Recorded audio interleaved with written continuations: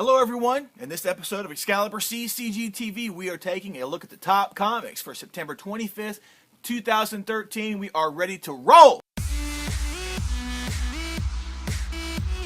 Thank you for pressing play. The ladies call him Always Ready Randy. I'm Chris and I need a haircut. Hey, thanks for joining in, guys. If you're one of our subscribers, thanks for being a subscriber. Thanks for joining us.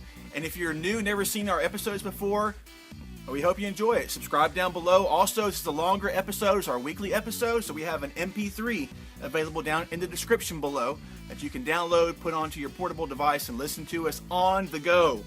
Who doesn't want to listen to us on the go? On the go, why not? Yeah, you don't have to be stationary, so you can keep moving, doing whatever you're doing. That's right, get on there. Do their exercise routine listening to us. Don't let us slow you down. Dude, another huge week of comics. Yeah. Lots of stuff. We're still continuing Villains Month. We've still got Battle of the Atom going on. We've still got Infinity going on. We've got other stuff too. This is a major Image week also. It is. It is. It is. We had a big one about 2 weeks ago. There was a lot of stuff come out, and now here's another good week for Image stuff. I mean, from the list that I have here, there's some really nice stuff just all across the board. Yeah, we'll talk with you more about that in a moment.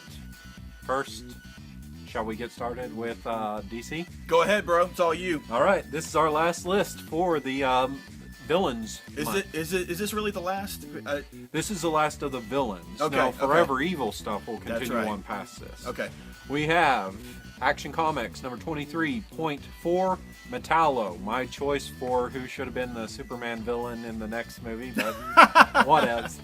Aquaman 23.2 is Ocean Master. Cool. Batman 23.4 is Bane. Bane. Not with the British voice.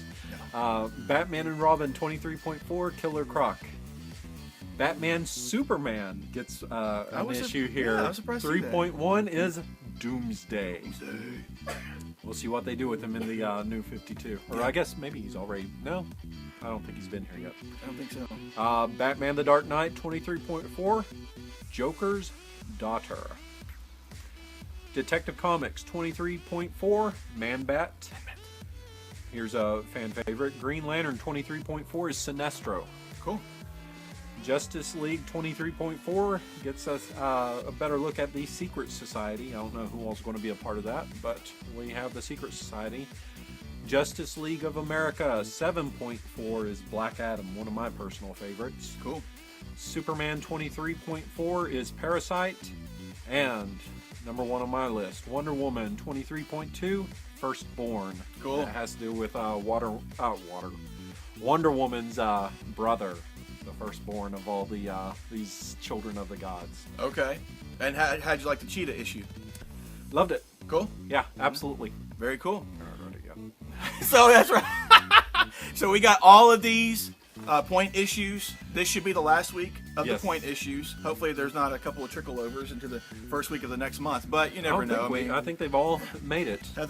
Schedule wise, they got it together and hit when they were supposed to. Well, yeah. Cool. Yeah, and then following that, we're going to have another issue of Forever Evil. Yes. Soon. Yeah, next month. Cool. Next month. Cool. So here we are. Forever Evil is underway. That's underway with a lot of stuff going on, and that first issue was a great first issue. A lot of great Lex Luthor going on in there. It feels like deja vu. I know, seriously, huh? But hey, guys, be sure to pick up your favorites. Let's move on because we got some Avengers. We have some Infinity stuff to talk about, mainly Avengers related and other series. Starting off though, let's start off with Avengers number 20. Can I pause for a moment here? Yes. We had a Thunderbolts that came out this last week that was Infinity related, and I boo-booed and I missed that one. I missed it too. Thunderbolts came out. Pick it up, guys. Unpause. Let's talk about this week. I missed it, but it was still in my stack and took it home. But hey, guys, like we have been talking about, last week we just had New Avengers number 9, or was it number 10? It was one of those issues, and then we had Infinity number 3 hit the shelves. Yes. You guys have got to be checking out Avengers and New Avengers in relation to Infinity because it is freaking awesome. That's right. We got this week. We got Avengers number 20 hitting out. It's another Infinity tie-in.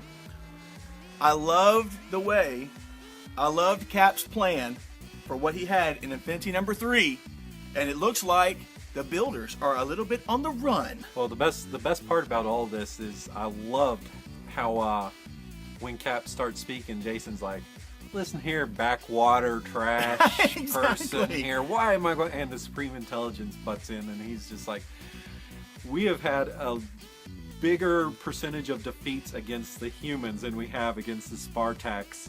Let's listen to them." Exactly. That was way too cool here. I think maybe, yeah, you're right. They did have the builders on the run.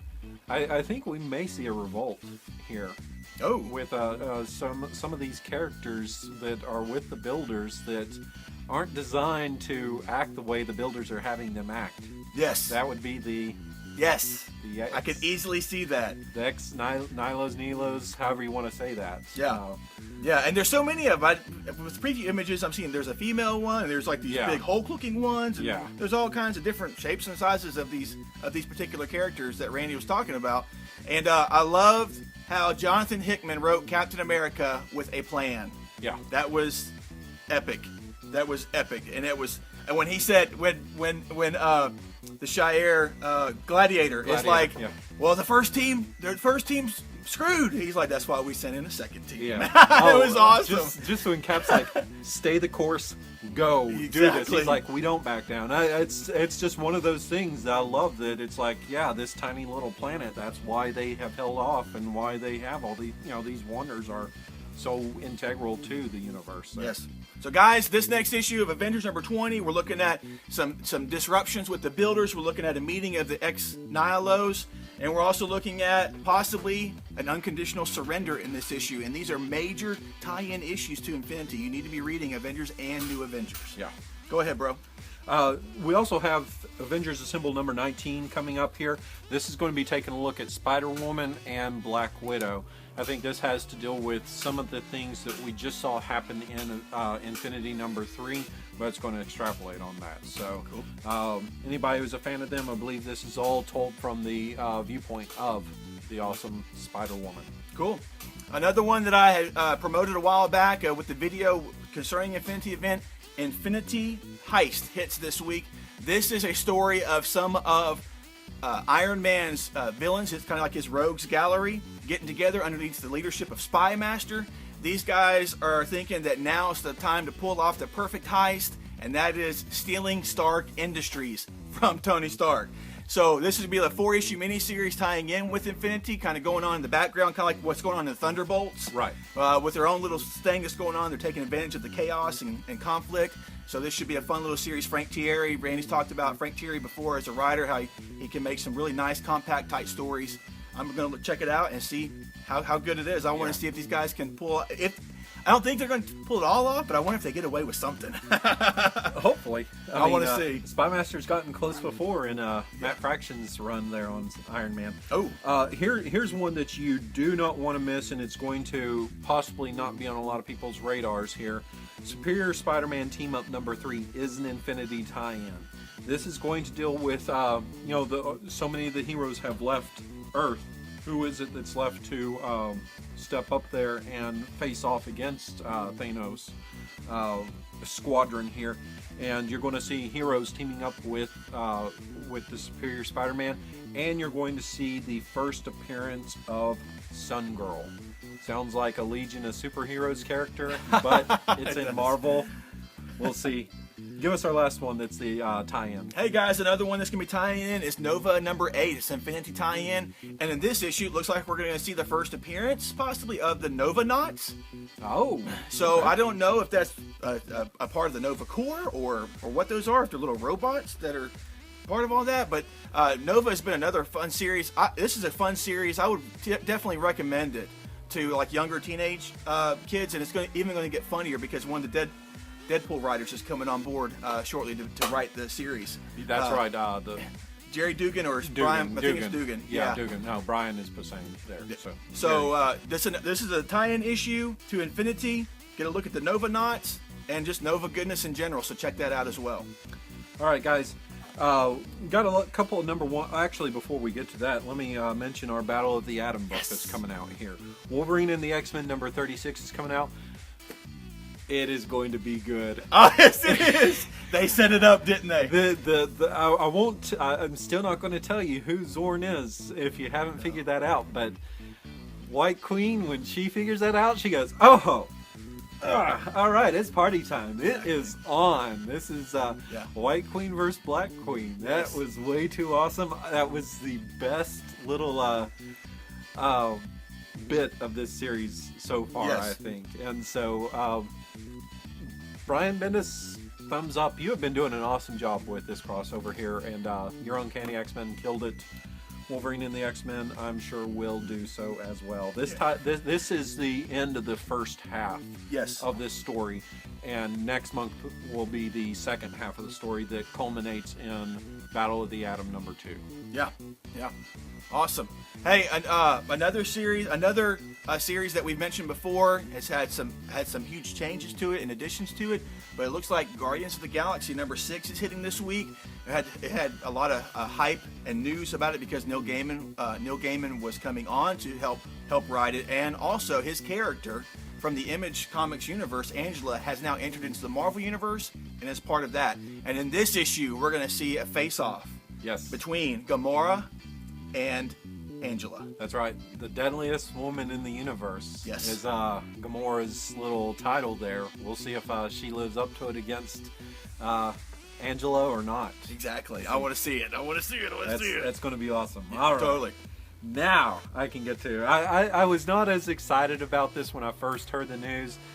After reading the character names, man, I cannot wait for Rat Queens #1 to come out here. Rat Queens. Now, as a fairly new person to the whole realm of gaming here, this looks like it's a takeoff of the if you play role-playing games, just because it seems like almost a D&D style world that these characters are in.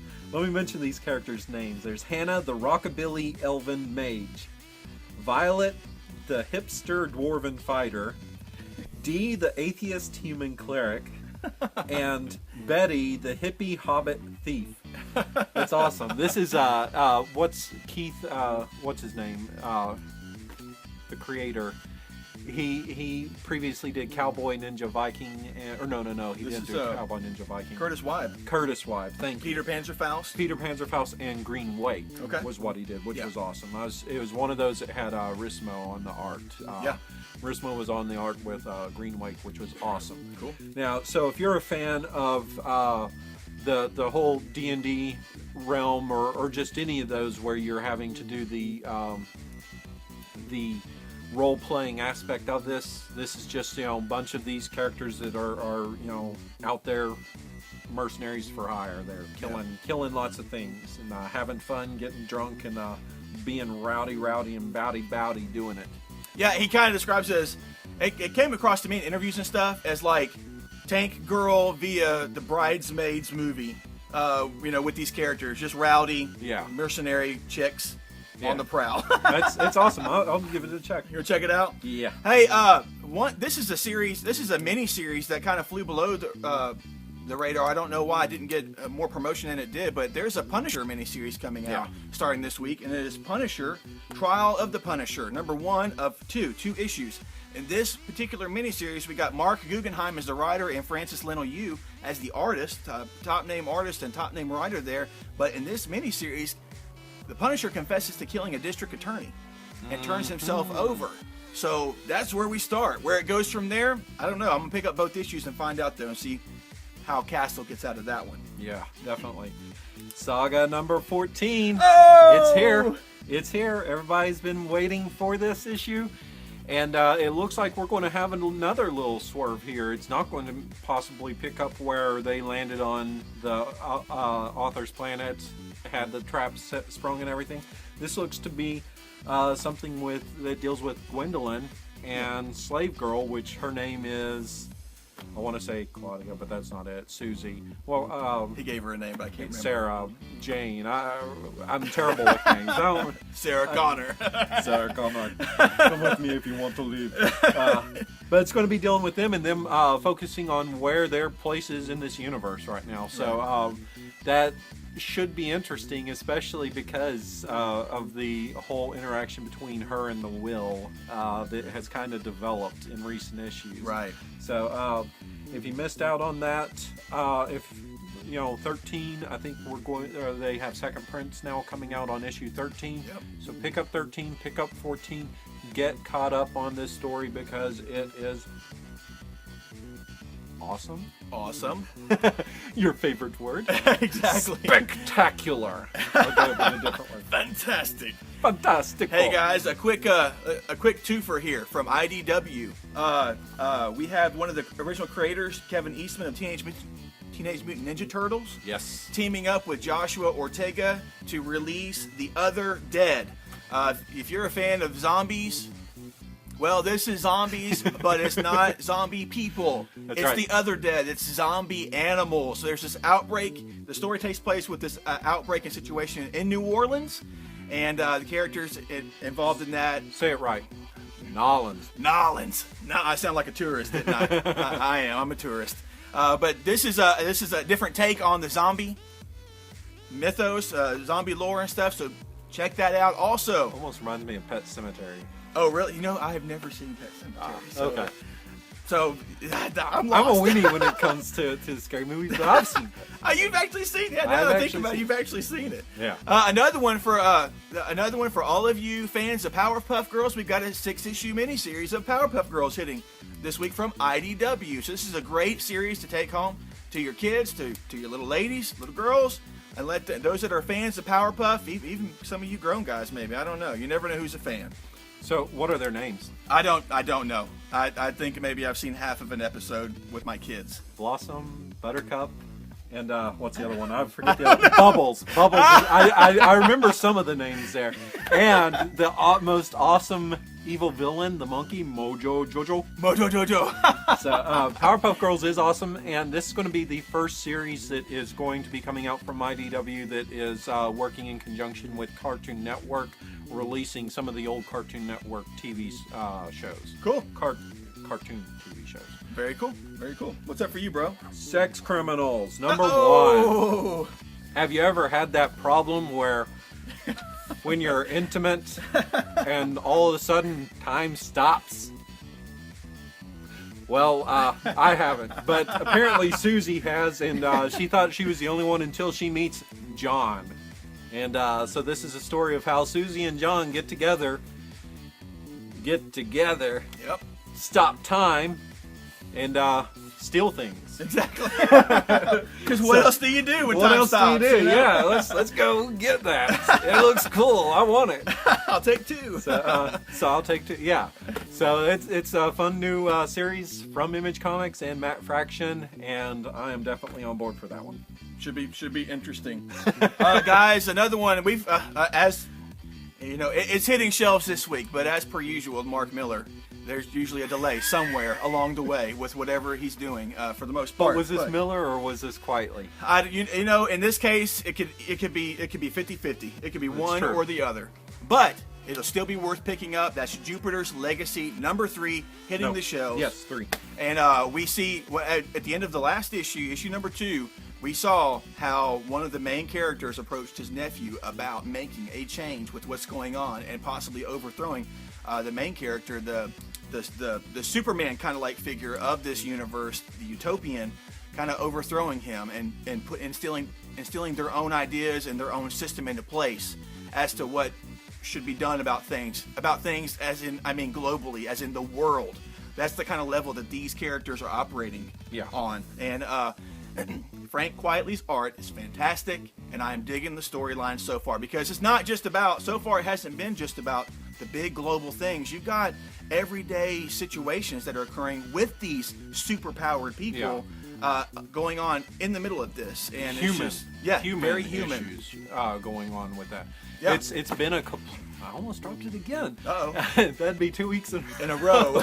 It's been a complex book there, and I like that because I don't usually get that from Mark Miller. No, and so that's always pleasant when he puts a little more effort into the book there, and you know, when he does, you get something as good as Jupiter's Legacy. Yes. Pick it up, guys. Yes. Young Avengers number 10 comes out. Boom. if you are not reading this book, I don't know you. I don't like you. You better pick it up. It's awesome. Kieran Gillen and Jamie McKelvey are on board with this. Jamie McKelvey continues to give us some of the most revolutionary storytelling art-wise that I've ever seen from a book. I mean, if you, this harkens, I mean, the last time I saw someone do something like this was J.H. Williams with Promethea. Oh, okay. And I mean, he uses a page in a different way, and McKelvey does this as well. Mother's Day is here. Mother's not happy. They didn't bring her a present, or did they? I don't know what's going on there. But they are back in Mother's realm. We figured out, or found out, some very interesting things about Prodigy, and just exactly how his mutant powers work. Right. And this, you know, we were treated to the awesome gift of Leia and some of the issues there for all the Journey into Mystery fans. And now we're moving forward, and this is getting close to wrapping up the end of season 1 with this. But Young Avengers number 10, best book from Marvel. And credit where credit is due, bro. Because we're at issue number 10, and this storyline has started from issue number 1 and lasted this long. Yeah. Unlike some other new Marvel Now titles that have had a long storyline like this, this has been a fantastic storyline. Yeah, it's and Kieran Gillen and Jamie McKelvey have been a dynamic duo on this series so far, and the whole simple concept of the teenage angst and against authority and against the authoritative figure and stuff. The way that Kieran Gillen has written this and brought this to light, it's been so cool and a different take on all that I've ever seen, and I've really, really enjoyed it. I'm almost 35 years old. I am too old to be reading about teenage angst. I don't get into a lot of the teenage story books here. Exactly. The fact that I am reading this one and loving this one and wanting to see what happens next means that you have something special from Gillen and his storytelling. So, great point on that. Yeah. It's very relatable. And anything else for you? Because I've got like one thing here to wrap it up with. Uh-oh. We have Fatale number 17 coming out here. It has been a while since you have mentioned Fatale. I know, but we're starting another storyline here. Okay. Well, we're not starting. We're continuing on with the storyline, and we have the reemergence of this character, the Bishop. We haven't seen her. He hasn't been around since the 70s, and he now is hot on the trail of Jo. He knows where she's at, and there could be a whole lot of danger. This has been, they had just one issue stories for five issues here, and then they started, this whole story deals with the band, the band member who's found her doesn't know why she's there, and she's creating all sorts of trouble within the band that she doesn't even really mean to create. I mean, it's just kind of what she's become in some way. So this here, it deals heavily into, if you like the whole Lovecraft Cthulhu kind of thing, it almost delves into that.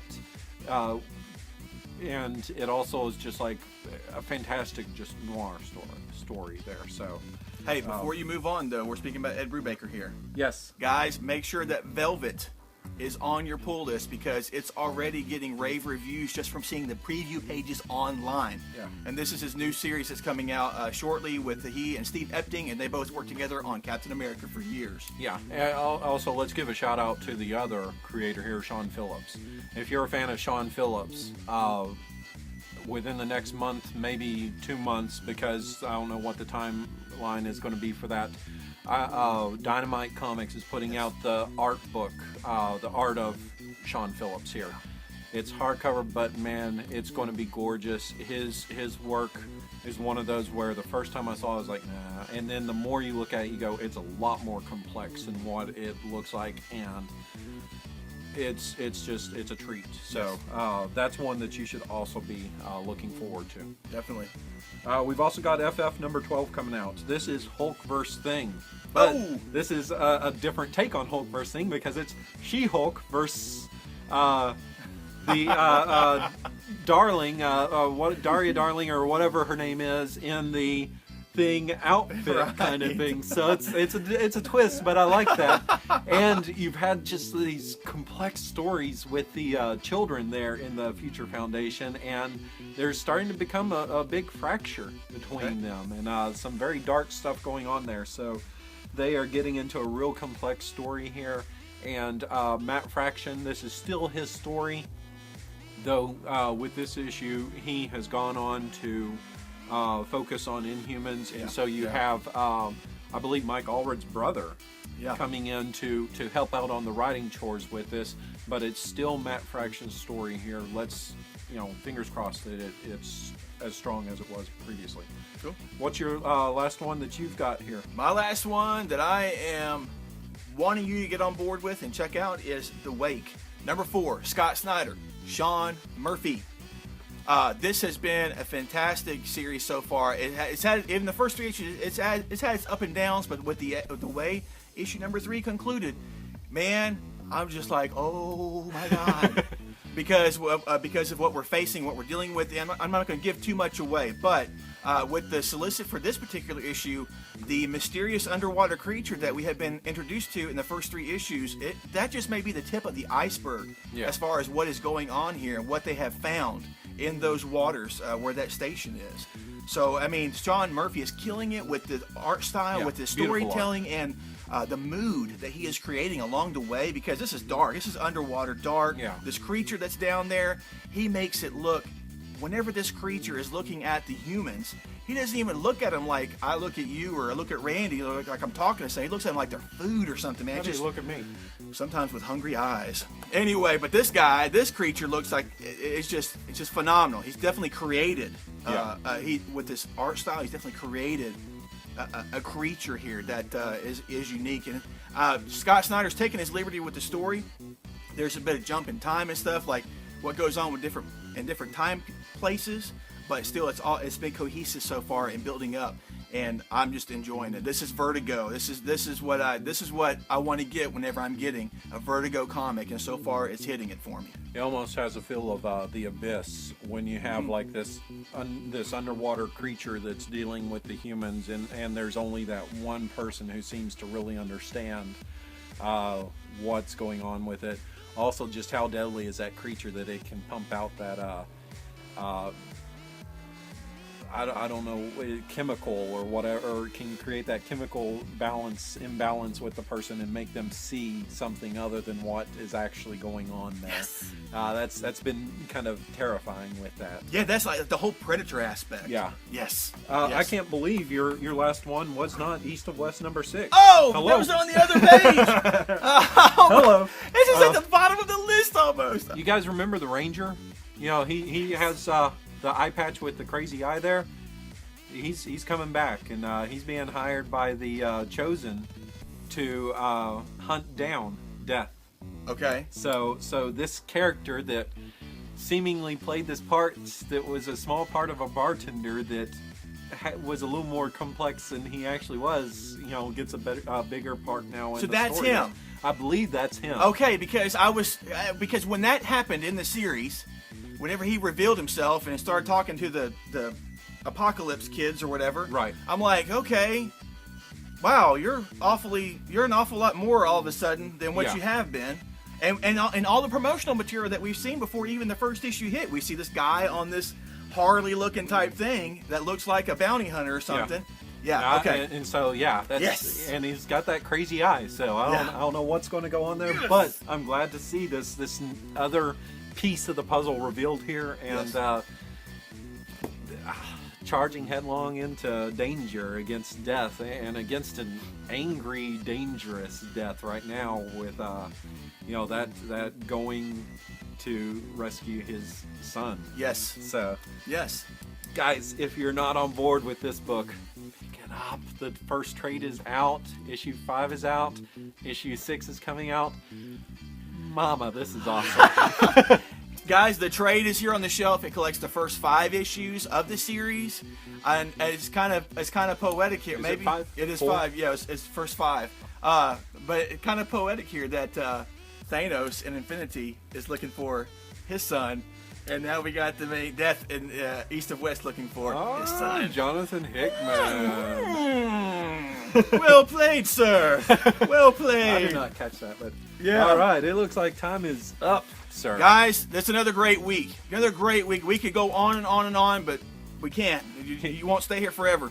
The comic gods want us out of their store. So, guys, hey, thanks for pressing play. Thanks for watching. Remember, we are at ExcaliburCCG.com. We are here in Shreveport, Louisiana. Excalibur Comics, Cards, and Games. We have our store in Texarkana as well to assist you. If you don't have a reliable, great local comic shop that can get you what you want, these things that we're talking about and more, then give us a call and let us help you out in finding and getting to you what it is that you want to get. Anything else to add there, Randy? Hey guys, thanks for asking us questions here. Yes. That's been. I mean, we love helping you out here, giving you more recommendations. We love seeing that. Yes. Been good. Leave a comment. Don't forget our review show. There was a little bit of a hiccup along the way, but the new episodes will be up. That's me to blame. Sorry about that, but they will be up soon. And thanks for pressing play again, guys. We really appreciate you taking the time to watch and or listen to our videos, and leave a comment below because we love engaging with you. So that's it for this week, guys. Stay safe. Until next time, take care. Hasta la pasta.